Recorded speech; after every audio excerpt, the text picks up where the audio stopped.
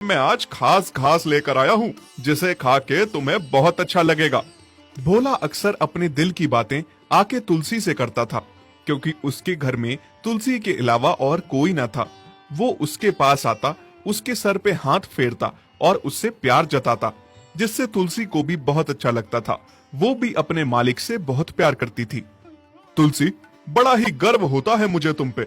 कितना सारा दूध देती हो तुम। सारा गांव मेरे घर से दूध ले जाता है। तुम्हारे दूध में इतनी बरकत है कि इतना दूध देने के बाद भी खत्म ही नहीं होता। लोग तुम्हारे दूध की तारीफ करते नहीं थकते।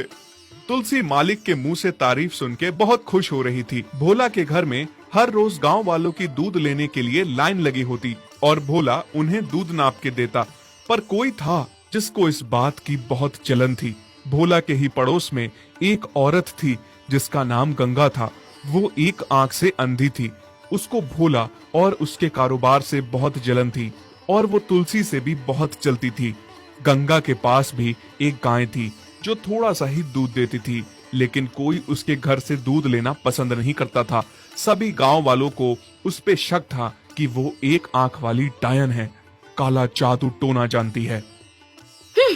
कितना जादू टोना किया इस गाय पे कि ये दूध देना बंद कर दे और इस भोला का कारोबार बंद पड़ जाए और सारे मेरे घर से दूध लेना शुरू करें।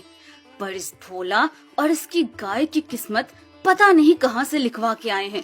कोई असर ही नहीं होता मेरे जादू टोने का इन पे। सुबह जैसे ही भोला तुलसी से दूध निकाल के गांव वालों को देना शुरू करता है कि तभी गंगा लौट कर आती है। भोला भैया, थोड़ा दूध मिलेगा क्या? दूध? हाँ, जरूर मिलेगा बहन। कितना दूध चाहिए तुम्हें, बताओ। हाँ भैया, थोड़ा सा चाहिए लोटे में। लो बहन, जितना दूध चाहिए ले जाओ। जैसे ही भोला गंगा को दूध देने वाला होता है कि तभी दूध लेने आया हुआ पड़ोसी भोला से कहता है, भाई भोला, अगर बुरा ना मानो तो एक बात कहूँ। गंगा बहन के घर में खुद भी एक गाय है जो दूध देती है और उसका तो कोई दूध भी नहीं बिकता। फिर ये तुमसे दूध क्यों ले जा रही है? हाँ, ये तो मैंने सोचा ही नहीं। हाँ बहन, तुम्हारे घर में तो खुद ही गाय का दूध है, फिर मुझसे क्यों दूध मांग रही हो? नहीं नहीं भाई साहब, वो आज मेरी गाय ने दूध नहीं दिया और मुझे दूध के साथ दवाई खानी थी, बस इसलिए दूध मांग रही थी। थोड़े से दूध की तो बात है, उधार दे दो, कल मैं अपनी गाय से निकाल के दे दूंगी। क्यों झूठ बोलती हो बहन? मैंने खुद तुम्हें गाय से दूध निकालते देखा। उस समय मैं तुम्हारी गौशाला के बाहर से गुजर रहा था और झूठ बोलती हो कि दूध नहीं दिया। देख भोला भाई, सारे गांव वाले इस गंगा पे शक करते हैं। अगर फिर भी तुम्हें इसे दूध देना है तो दे दो, मैं कुछ नहीं कहूँगा। भोला पड़ोसी की बात मान लेता है और गंगा को दूध नहीं देता। इस बात से गंगा को बहुत गुस्सा आता है। गुस्से में घर वापस आ जाती है। इस पड़ोसी को तो बाद में देख लूंगी, पर अब क्या करूं? दूध तो उस भोला ने दिया नहीं। हाँ, अब जादू टोने से काम नहीं चलेगा। अब मुझे कुछ और सोचना पड़ेगा। गंगा अब भोला के कारोबार को खत्म करने के लिए दूसरा तरीका सोच रही थी।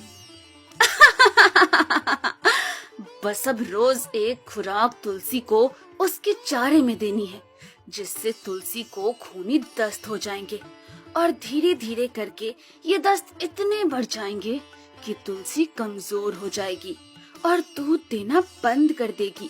फिर एक दिन ऐसा आएगा कि तुलसी कमजोरी से अपने पैरों पे भी खड़ी नहीं हो पाएगी और धीरे धीरे अपना दम तोड़ बैठेगी। सांप भी मर जाएगा और लाठी भी नहीं टूटेगी। फिर सभी मेरे पास मेरी गाय का दूध लेने आएंगे। पर ये काम मुझे रात को करना होगा, जब सभी सो जाएंगे, ताकि किसी को भी पता न चल सके।